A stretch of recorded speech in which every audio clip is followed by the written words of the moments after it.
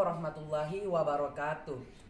Baik, di video kali ini saya akan mewawancarai seorang ibu rumah tangga, tidak lain dari Ibu Irmawati yang mempunyai 3 orang anak yang masih menempuh pendidikan. Jadi saya akan mewawancarai tentang seputar pembelajaran online atau pembelajaran daring selama masa pandemik ini. Sebelumnya terima kasih atas kesempatannya dan baiklah, saya akan mengajukan beberapa pertanyaan. Jadi pertanyaan yang pertama, saya ingin bertanya kepada Ibu, bagaimana sih Ibu mengambil peran Ibu dalam mendampingi anak-anak selama proses pembelajaran daring atau pelajaran online? Begini, secara pribadi saya lebih menyisihkan waktu untuk anak-anak untuk belajar di rumah karena tanpa didampingi anak-anak tidak bisa belajar sendirinya karena mungkin kebanyakan bermain di luar atau banyaklah macam-macamnya namanya anak-anak juga kayak tidak disiplin lah begitu. Oh, jadi Ibu Irmawati ini lebih menyisihkan waktu dalam mendampingi anak-anak selama proses pembelajaran. Iya. Jadi bisa dibilang selama pembelajaran itu Ibu berada di sampingnya dalam mengawasi seperti itu ya Ibu ya. Iya, iya.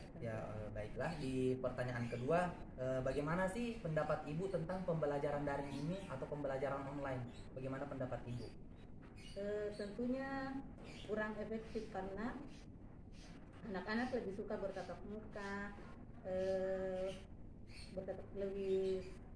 lebih suka bertatap muka dan pelajaran mungkin lebih cepat dimengerti kalau bertatap muka dengan guru-gurunya.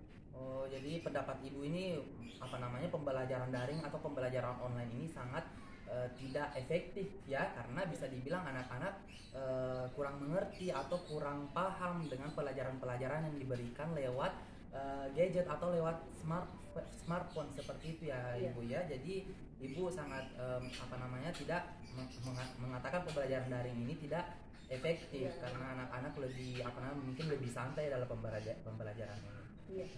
Oke, di pertanyaan ketiga, jika Ibu diberikan pilihan Ibu lebih memilih pembelajaran tatap muka khususnya untuk anak-anak Ibu ya, lebih pilih mana, pembelajaran tatap muka atau pembelajaran daring? Pastinya lebih memilih tatap muka karena pembelajarannya mungkin lebih efektif, terus mungkin anak-anak merasa senang ketemu dengan teman-temannya di sekolah, terus bisa melihat juga kondisi sekolah tentunya. Oh, jadi Ibu ini lebih, kalau misalkan diberikan pilihan, Ibu lebih memilih pembelajaran secara tatap muka karena menurut Ibu ini anak-anak bisa bertemu dengan teman-temannya, bersosialisasi dengan lebih ceria bersosialisasi dengan guru-guru, teman-teman yang ada di sekitarnya, dan tentunya pasti anak-anak bisa lebih disiplin mulai dari bangun pagi, berangkat ke sekolahnya jam berapa, tentunya juga di sini kedisiplinannya itu insya Allah pasti lebih lebih tinggi ya dibanding dengan pembelajaran yang berada di rumah atau dalam jaringan. Nah, oke, di pertanyaan selanjutnya, pasti Ibu bisa melihat perkembangan anak-anak Ibu.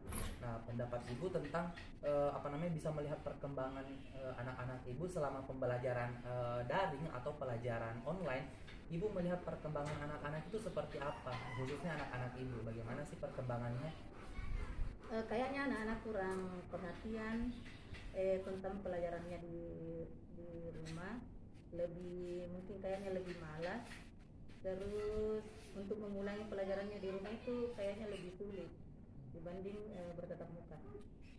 Oh, jadi bisa dibilang perkembangan anak-anak ini sangat minim ya, karena bisa dibilang pelajarannya kurang perhatian, lebih malas mengulang pelajarannya karena di sini sangat banyak peluang untuk bermain dan lebih santai. Dan terkadang juga kita sebagai orang tua, apalagi kalau misalkan kita mempunyai pekerjaan sampingan, kita lebih bisa dibilang lebih, terkadang ada juga rasa-rasa malas untuk mendampingi anak-anak seperti itu ya. Apalagi kalau misalkan anak-anak yang latar belakangnya memang kurang suka dengan pelajaran-pelajaran yang diberikan secara daring atau secara online?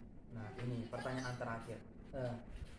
Ibu, apa sih ibu yang ingin katakan jika ibu diberi kesempatan tentang diberikan kesempatan oleh pemerintah untuk apa namanya diberikan kesempatan untuk membuka suara tentang pelajaran online ini, bagaimana apa yang ibu ingin sampaikan kepada pemerintah tentang pembelajaran online itu pembelajaran dan begini, saya berharap sih semoga pembelajaran seperti dulu kembali lagi normal agar anak-anak lebih bisa mendapat haknya sebagai pelajar tentunya. seperti itu.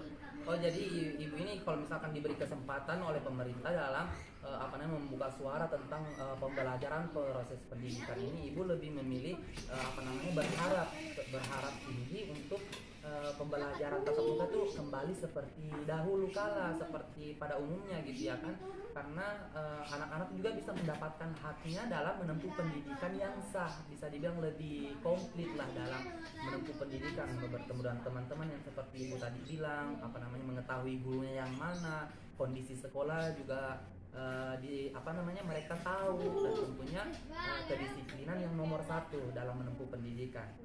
Jadi mungkin